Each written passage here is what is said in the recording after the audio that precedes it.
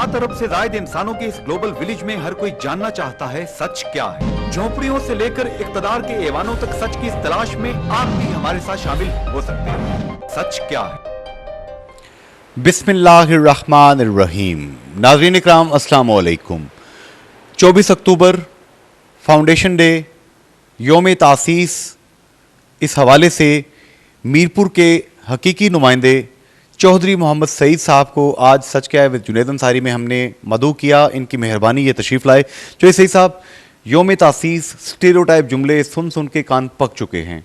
आप गैर रवायती किस्म की सियासतदान हैं। मैं आपको रवायती सियासतदान नहीं समझता और ना ही मीरपुर की बाशऊर पढ़ी लिखी आवाम आपको रवायती सियासतदान समझती है, इसीलिए उन्होंने आपको मुंतखब किया।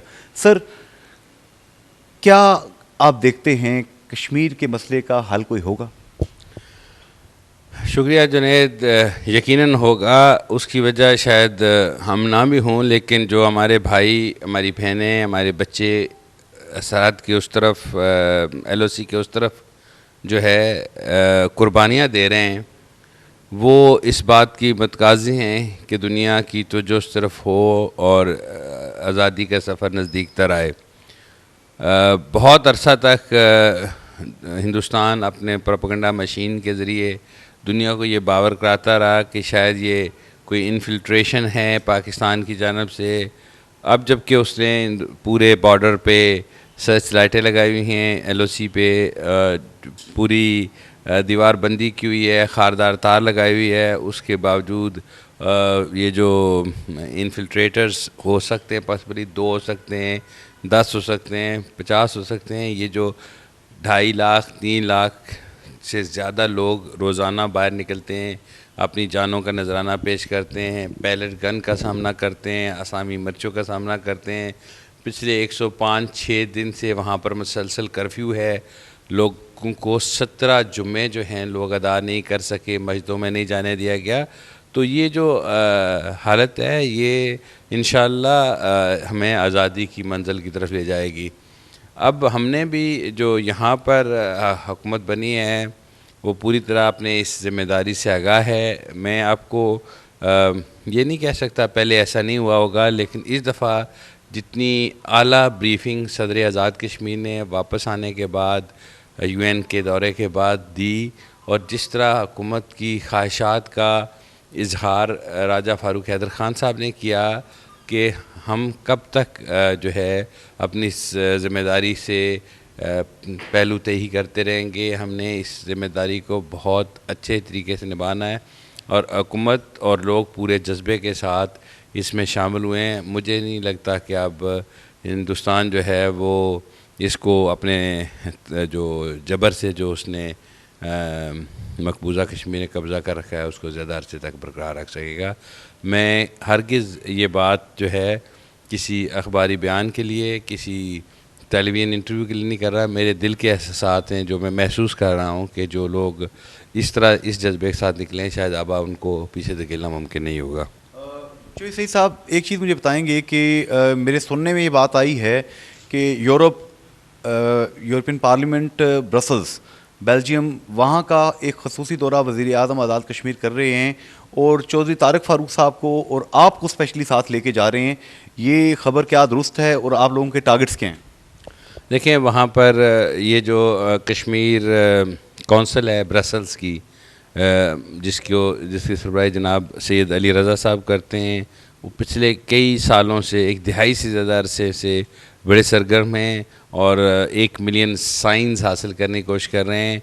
जो पब्लिक इम्पोर्टेंस के वहाँ पर सब्जेक्ट्स हैं जिनको कोई हुकूमत स्पॉन्सर नहीं कर रही होती, वो पब्लिक चाहती है कि वो वहाँ पर वो डिबेट हों, तो उसके लिए 10 लाख सिग्नेचर्स की ज़रूरत होती है, जिसकी मुहिम अली रज़ा सैयद चला रहे हैं और इंशाल्लाह वो ये हासिल कर लेंगे और यूरोपियन पार्लियामेंट में फॉर डिस्कशन ये सब्जेक्ट आएगा। इस वक्त उन्होंने एक और कैंपेन भी चला रखी है जिसमें लोगों को बुलाया जाता है और वो अपने कॉज को बयान करते हैं। तो उसके लिए उन्होंने वज़ीर आज़म आज़ाद कश्मीर से गुजारिश की कि वो तशरीफ़ लाएँ और वज़ीर आज़म साहब ने मेहरबानी करते हुए मुझे भी उसमें शामिल किया है। 6 तारीख को रवानगी। अभी तक मैंने अपना पासपोर्ट तो जमा नहीं किया, लेकिन यकीनन इंशाअल्लाह मैं उस वफ़द में शामिल होऊंगा और हम कोशिश करेंगे कि जो हकीकी सूरत हाल है कश्मीर के अंदर और आज़ाद कश्मीर के अंदर जो उसकी सपोर्ट मौजूद है उसको पूरी तरह से उसकी आगाही दे लोगों को। एक चीज़ को मैं रिलेट करूंगा, पिछले दिनों सोशल मीडिया पे और तमाम जितने भी यहाँ पे दीगर चैनल्स हैं उन पे अमीर जमात इस्लामी जनाब सिराजुल हक साहब का सेनेट में एक खिताब जो है वो इस वक्त वायरल हुआ है। करोड़ों लोग उसको देख चुके हैं, कमेंट्स भी बहुत इस वक्त आ रहे हैं उस पर, जिसमें वो राजा फ़ारूक हैदर खान साहब से अपनी एक मुलाकात का जिक्र करते हुए पाकिस्तानी सियासतदानों को और हुक्मरानों को कहते हैं कि कितने शर्म की बात है कि पूरे आज़ाद कश्मीर का तरक्याती बजट जो है वो पिंडी के नाला लई से भी कम है। उन्होंने कहा कि आपने आज़ाद कश्मीर में सदर भी वहाँ पे मौजूद हैं, वज़ीर आज़म भी मौजूद हैं, वहाँ पे मेंबरान असम्बली भी हैं, इसके बावजूद आपने वहाँ पे कश्मीर कौंसल नाम का एक जाबर बादशाह उनके ऊपर मुसल्लत किया हुआ, उन पर एतमाद करें। अमीर जमात इस्लामी का ये जो जज्बाती खिताब था इतना सच्चा था कि इस वक्त पूरी दुनिया में डिस्कशन शुरू हो चुकी है। आप इस पर क्या कमेंट करते हैं सर? देखें, अमीर साहब ने हमारे एलाई हैं वो पार्लियामेंट के अंदर उनकी जो पार्टी है आज़ाद कश्मीर विंग है जो उनका एक्चुअल बात तो ये है कि हम में एबिलिटी क्या है उसको ख़र्च करने की और उसको पब्लिक वेलफेयर के लिए इस्तेमाल करने की। मियां मोहम्मद नवाज शरीफ साहब की हमेशा ख्वाहिश और कोशिश रही है कि आज़ाद कश्मीर के अंदर अगर आज़ाद कश्मीर हुकूमत अपनी ख़र्च करने की सलाहियत को ख़ासमीन तरक्याती कामों पर ख़र्च करने की सलाहियत को बढ़ाए तो उसी रेशो से हम अपने फ़ंड भी बढ़ाते रहेंगे। हमें अभी आए हुए सिर्फ 2 महीने हुए हैं और हमें बहुत सारे जो मामलात हैं डेवलपमेंट की साइड्स हैं उनको जो हमारा मंशूर था उसके मुताबिक ढालना है। और मुझे पूरा यकीन है कि जब हम एक हकीकी अच्छा प्रोग्राम लेके मियां नवाज शरीफ साहब के या हुकूमत पाकिस्तान के पास जाएंगे तो वो कतई रिलक्टेंट नहीं होंगे इस इमदाद को बढ़ाने के लिए। ये वो प्रोग्राम है जो हुकूमत आज़ाद कश्मीर ख़ुद चलाती है। इसके अलावा हमारे पास बहुत सारे प्रोजेक्ट्स हैं जिनको PSDP public service development programme से गवर्नमेंट ऑफ पाकिस्तान फाइनेंस करती है, जिसमें रठवार है, ब्रिज है, ये जो अभी 5 अस्पतालों का जिक्र हो रहा है, मीरपुर और मुजफ्फराबाद के मेडिकल कॉलेजेस हैं, ये उसके अलावा हैं। तो सिर्फ ये 12 अरब नहीं है, हुकूमत आज़ाद कश्मीर को यकीनन 12 अरब मिलते हैं, लेकिन लगभग इसी रकम के बराबर वो और बहुत सारे प्रोग्राम हमारे PSDP से फाइनेंस कर रहे होते हैं। इसके अलावा जम्मू कश्मीर कौंसल भी बहुत सारे प्रोजेक्ट्स कर रही होती है।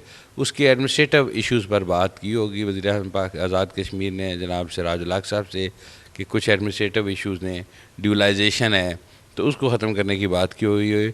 बहरहाल ये बात चूँकि पब्लिक इंटरेस्ट की है तो इसलिए इसको वायरल भी हो और लोगों ने उसको तो जो सुना होगा, लेकिन हकीकी जो सही साहब यहाँ पे एक बात मैं आपसे जानना चाहूँगा। मीरपुर में इस वक्त मैं जहाँ जा रहा हूँ लोग ये कह रहे हैं कि चौधरी सईद साहब को आप बताते क्यों नहीं हैं, उनसे आप पूछते क्यों नहीं हैं, चौधरी सईद साहब बोलते क्यों नहीं हैं। साबिक़ वज़ीर आज़म आज़ाद कश्मीर चौधरी अब्दुल मजीद साहब ने मुझे इंटरव्यू दिया, स्पेशली बुला के इंटरव्यू दिया कश्मीर प्रेस क्लब के अंदर, और उन्होंने जिक्र किया जनाब कि हेल्थ यूनिवर्सिटी को ख़त्म किया जा रहा है। इसी तरीके से जनाब यहाँ पे जो मीरपुर मेडिकल कॉलेज है खुदा न खास्ता उसको रोल बैक किया जा रहा है। तालीमी बोर्ड के 2 हिस्से कर दिए हैं मीरपुर के, एक मुजफ्फराबाद उठा के ले गए हैं, 20 करोड़ रुपए के फ़ंड यहाँ से उठा के उधर शिफ्ट कर दिए हैं। इस पे उन्होंने शदीद एहतजाज किया। तो आप जो सही साहब इसका जवाब क्या देते हैं? लोग आपसे जवाब मांग रहे हैं कि हमारा मीरपुर का रियल नुमाइंदा बोलता क्यों नहीं? देखें, ये सियासत चमकाने के लिए ऐसी बातें की जा रही हैं। मैं आपको 1 बाय 1 बोर्ड ऑफ़ इंटरमीडिएट का जो मामला है वो मैंने वज़ीर आज़म साहब से ज़बानी भी और तहरीरी तौर पर भी उठाया कि ऐसा कोई कदम उठाने से पहले मशावरत की जाए कि क्या माली तौर पर या इंतज़ामी तौर पर ये वायबल है, तो ज़रूर बनना चाहिए बोर्ड दूसरे इलाकों का।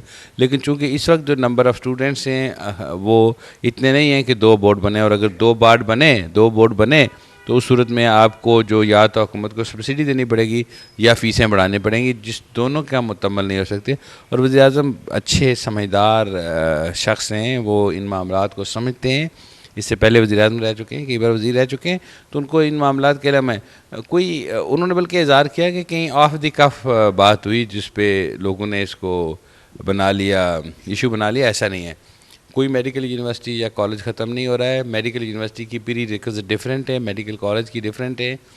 हमने उसको जो यूनिवर्सिटी का दर्जा दिया वो उसकी जो बाकी रिक्विज़िट हैं उसको पूरा करने की कोशिश करेंगे।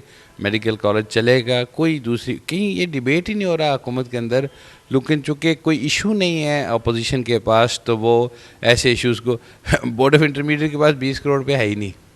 उन्होंने 20 करोड़ रुपया जो है वो कर्ज़ ले रखा है अगर आप चेयरमैन से पूछें तो उन्होंने अपनी एक रकम के अगेंस्ट कर्ज लेके वो खर्च किया हुआ है और उसको अब वो कोशिश कर रहे हैं कि शायद एडीपी से या कहीं और से वो रकम मिले तो वो कर्ज अदा करके वो अपनी जो सिक्योरिटी अब गुजार करें। कोई ऐसी बात नहीं है।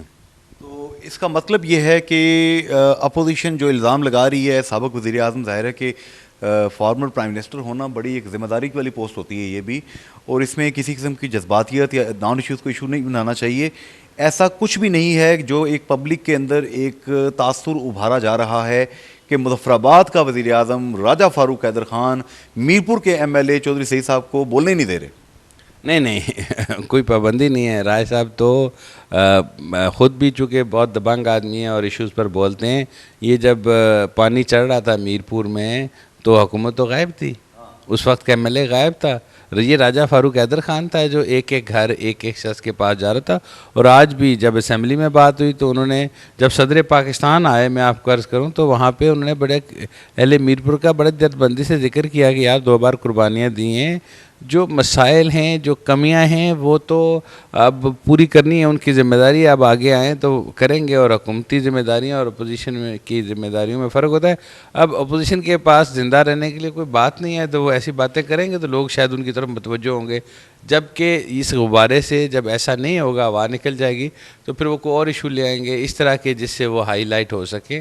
कोई दूसरी बात नहीं है। अच्छा, ये बताएंगे जो सईद साहब के प्रोफेसर डॉक्टर शहबाज कुरैशी साहब ने मुझे बताया, जो कि हेड ऑफ डिपार्टमेंट हैं कार्डियोलॉजी के MBBS मेडिकल कॉलेज में, कि कश्मीर कमेटी के चेयरमैन मौलाना फजलुर रहमान साहब और राजा फ़ारूक हैदर ख़ान साहब वर्ल्ड डायबिटीज़ डे 14 नवंबर को जो होना है यहाँ पे, उसमें मदऊ हैं यहाँ पे, और फजलुर रहमान साहब ने कहा है कि वो आएंगे।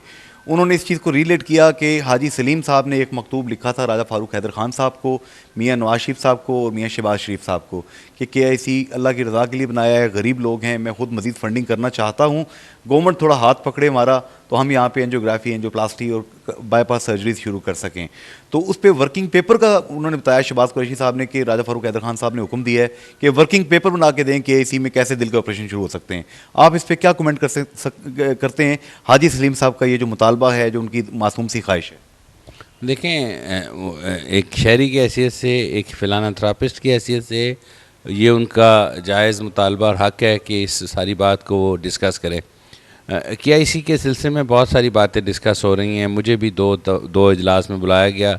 हुकूमत को कोई वायबल प्रपोज़ल देंगे तो हुकूमत उसको खुशी से कबूल करेगी, वो कोई वर्किंग पेपर हो या कोई दूसरी चीज़ हो, लेकिन उसके लिए वायबल होना बड़ा ज़रूरी है। देखें, ये जो बिल्डिंग बनी, ये हाजी सलीम साहब की जेनरॉसिटी से, उनका जो मखैर दिल है, उसकी वजह से ये मुमकिन हुआ। इतनी बड़ी बिल्डिंग बनी, उसके अंदर वो बेड्स और बाकी चीज़ें मौजूद हैं, लेकिन इसके कुछ जारिया अखराजात हैं जो हुकूमत बर्दाश्त कर रही है। उन दोनों का तनासब देखना होगा। उसके अलावा जो उसकी वे ऑफ वर्किंग है। एक सजेशन मैं भी हाजी साहब चूँकि मेरे बुज़ुर्ग हैं, बहुत शफ़क़त करते हैं, बड़े प्यार से बुलाते हैं, तो मैं हाज़िर हुआ था और मैंने उस पूरे बोर्ड के इजलास में ये दोनों चीज़ें उनके सामने रखी। उन्होंने फिर जो इस सारे अस्पताल के लिए ज़िम्मेदारी जिन साहब के लिए लगाई, उनसे भी मुझे हुक्म दिया कि उनको मैं पेपर प्रेजेंट करूं। एक कॉन्सेप्ट पेपर है, वो मैंने पेश किया, उसको कंसीडर करने के लिए आइंदा इजलास होगा तो उसके बाद ये काम आगे बढ़ेगा। बहुत दिलचस्पी लेने वाला मामला है। हाजी साहब इसका इजहार करते हैं बार बार कि वो उम्र और अपनी सेहत की वजह से शायद उस पर उतनी तवज्जो नहीं दे सक रहे जितनी वो कुछ अर्सा पहले तक दिया करते थे। तो कुछ ज़िम्मेदारियाँ उन्होंने शेयर की हैं चौधरी रियाज़ आलम साहब के साथ और जस्टिस मजीद मलिक साहब के साथ। मैं उनको असिस्ट कर रहा हूँ, मेरी जो कंट्रीब्यूशन होगी वो उसमें मिलती रहेगी, लेकिन इसका एक वायबल प्रपोज़ल आएगा तो ये बात आगे बनेगी। ना राजा फ़ारूक हैदर इसके ख़िलाफ़ हैं, ना हाजी साहब का जो आइडिया उसका कोई दूसरा ख़िलाफ़ है, लेकिन उसकी वायबिलिटी चेक होनी है और उसके लिए वायबल प्रपोज़ल बनाना है जो आगे चल के काम कर सके। आखिरी बात सर, JK न्यूज़ TV हम आपके साथ ट्रैवल करते चले आ रहे हैं उस दौर से कि जब आप नकारखाने में तूती की अकेली आवाज़ थे। आज अल्हम्दुलिल्लाह अहले मीरपुर ने आपकी इस दर्दमंदाना आवाज़ को समझा, उन्होंने अपने वोट्स आपको दिए, हज़ारों वोटों की लीड से आपने पीटीआई के जो आज़ाद कश्मीर के प्रेसिडेंट हैं उनको आपने पिछाड़ दिया, ऐसा पिछाड़ा कि मियां नवाज शरीफ साहब कहने पे मजबूर हो गए। पब्लिकली पूरी दुनिया में मीडिया ने इसको रिपोर्ट किया कि ये हैं वो नौजवान जिन्होंने मीरपुर से उनको फर कर दिया। तो आप जेके न्यूज़ के इस कंट्रीब्यूशन को, जो कि डे वन से कोशिश करता है कि आपकी आवाज़ को लेके चले, इसे आप सर कैसे देखते हैं? देखें, कोई भी मीडिया, आप हैं या कोई दूसरा है, वो जितने पब्लिक रिप्रेजेंटेटिव के क्लेमेंट हैं उन सब की आवाज़ को पहुंचाना उसकी ज़िम्मेदारी है। अगर वो अपने आप को एक न्यूट्रल इंडिपेंडेंट मीडिया का हिस्सा समझते हैं और उसके बाद पब्लिक ने उस पर डिसीजन करना है, तो आपका जो ये इंडिपेंडेंट पोस्चर रहा इस पिछले सारे अरसे में, मैं तो इसका पहले ही मुद्दा हूँ। मैं ये कहता आया हूँ कि जी लोगों तक, सब लोगों की, आज की तो तकरीब थी, मेरा ख्याल ये था कि तमाम पॉलिटिकल पार्टीज़ के लोगों को आना चाहिए और अपना पॉइंट ऑफ व्यू जो है वो देना चाहिए।